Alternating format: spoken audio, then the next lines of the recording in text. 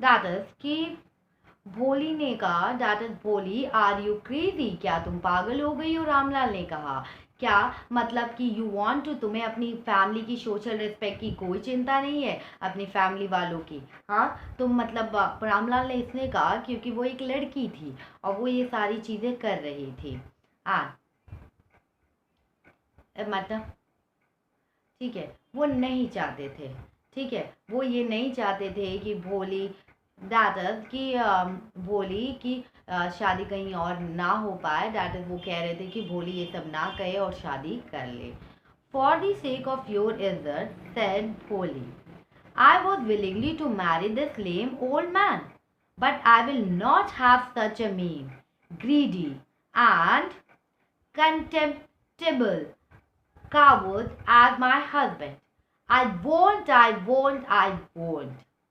ठीक है, contemptible, contemptible means hateful, coward means कि बहुत बुज़दिल।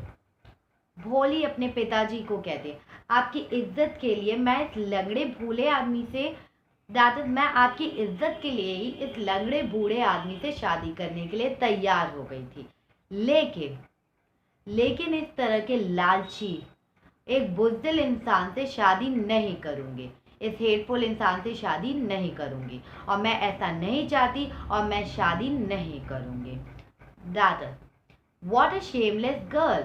We all thought she was a harmless dumb cow. That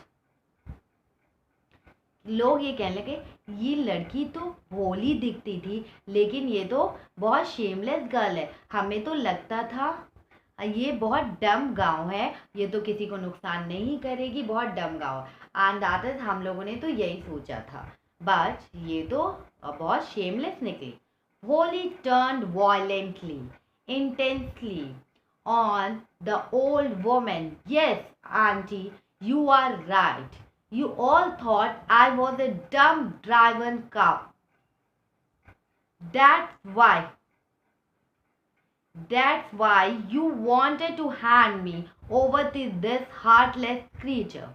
Violently means intensely. गुस्से के साथ उसने कहा कि बूढ़ी औरत की तरफ उंगली दिखा के उसने बोला, यस आंटी, आप सही ये सोचते थे कि मैं एक गूंगी सी गाय हूँ जिसे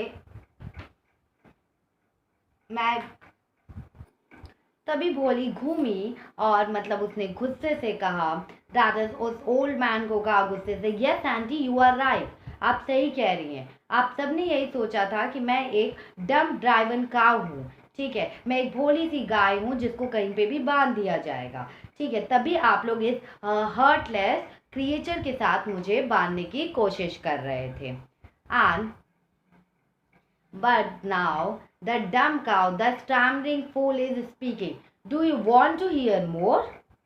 फर्दर भोले ने कहा, ये जो गूंगी गाय है, जो बेवकूफ सी लड़की है, जो हकलाती रहती थी, अब वो बोलने लगी है।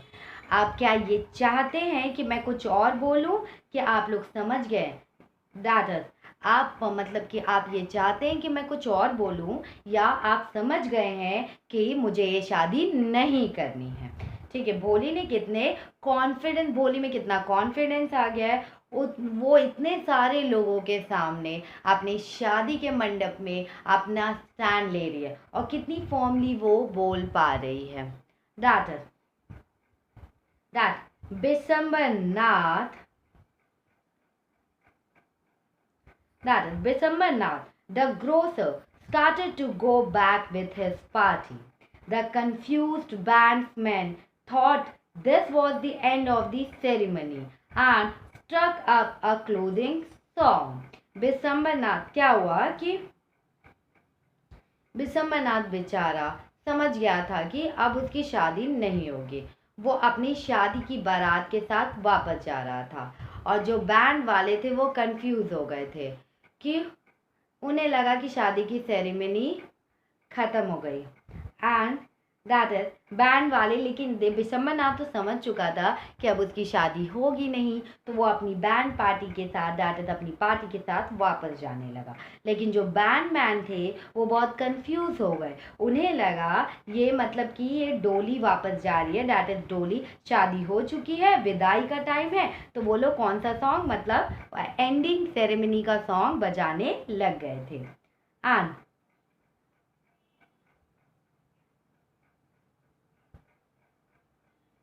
दैट इज क्या हुआ, रामलाल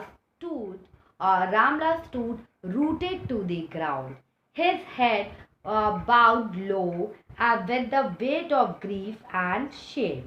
अब क्या हुआ, रामलाल एक ही जगह पे खड़ा हो गया था। ऐसा लग रहा था कि उसकी जड़ें वहां पे फिक्स हो गई हैं। उसकी सिर आगे शर्म की तरफ झुक गया था, दैट इज उसका सर पूरी शर्म के कारण झुक गया था, वो एक ही जगह स्टक हो गया था।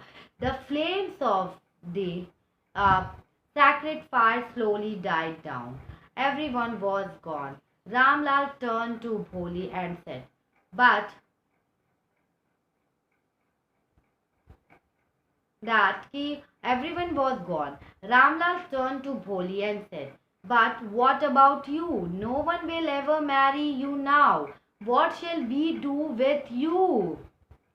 That is, धीरे धीरे उनके फेरों की जो आग जल रही थी वो भी बुझ गए। सब लोग वहां से चले गए। फाइनली रामलाल ने भोली से कहा, अब तुम्हारा क्या होगा, अब कभी भी कोई तुमसे शादी नहीं करेंगे, हम तुम्हारा क्या करेंगे, तुम्हारा क्या फ्यूचर है। गर्ल्स का दैट टाइम एक ही फ्यूचर हुआ करता था, दैट इज उसकी शादी कर दी जाए, बाकी मतलब वो अपनी बाकी की लाइफ अपने हस्बैंड के साथ बिताए।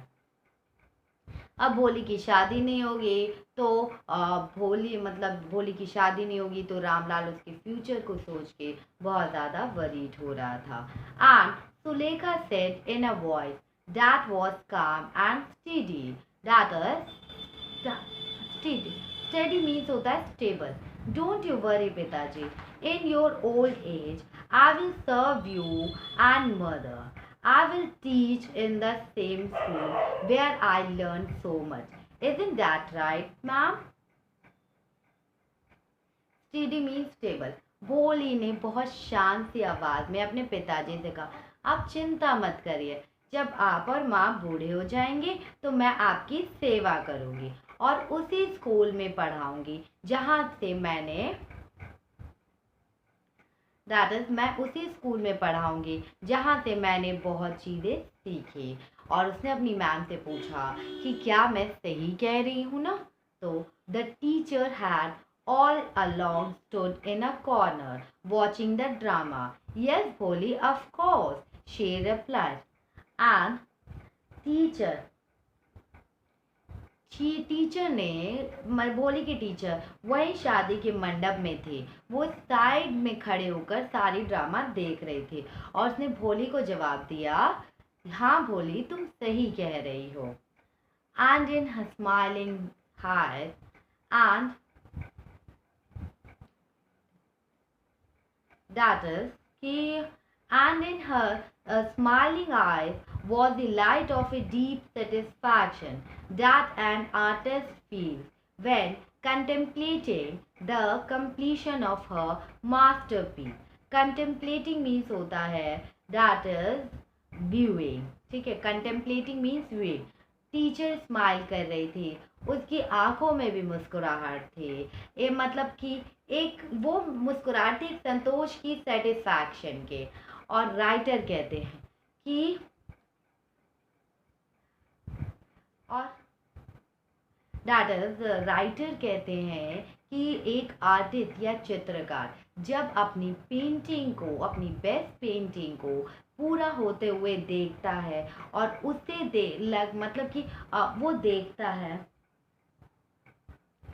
दैट इज कि जब उसे ये लगता है आर्टिस्ट को कि उसने एक मास्टरपीस ड्रॉ किया है, मतलब उसने एक बहुत बेस्ट ड्राइंग बनाई है, तो उसे अंदर से एक अच्छी सी फीलिंग आती है, उसे एक डीप सेटिस्फैक्शन आता है। और वैसी ही फीलिंग उसकी टीचर को आ रही थी आज, ठीक है, आंखों में उसके स्माइल थे। और उसके मतलब कि वो अपने मास्टरपीस भोली को देख के बहुत सेटिस्फैक्शन फील कर रहे थे कि आज उसने इस लड़की को इतना कॉन्फिडेंस दे दिया, इतनी हिम्मत दे दी कि वो अपने डर से निकलकर कॉन्फिडेंटली बहुत अच्छे से बहुत कॉन्फिडेंटली बोल रही थी, अपने हक के लिए बोल रही थी। और कि उसने आज अपने हक के लिए बोला, बहुत कॉन्फिडेंटली बोला दैट इज कि, और मतलब कि एक मास्टरपीस लग रहा था, एक शांति मिली आज टीचर को कि उसने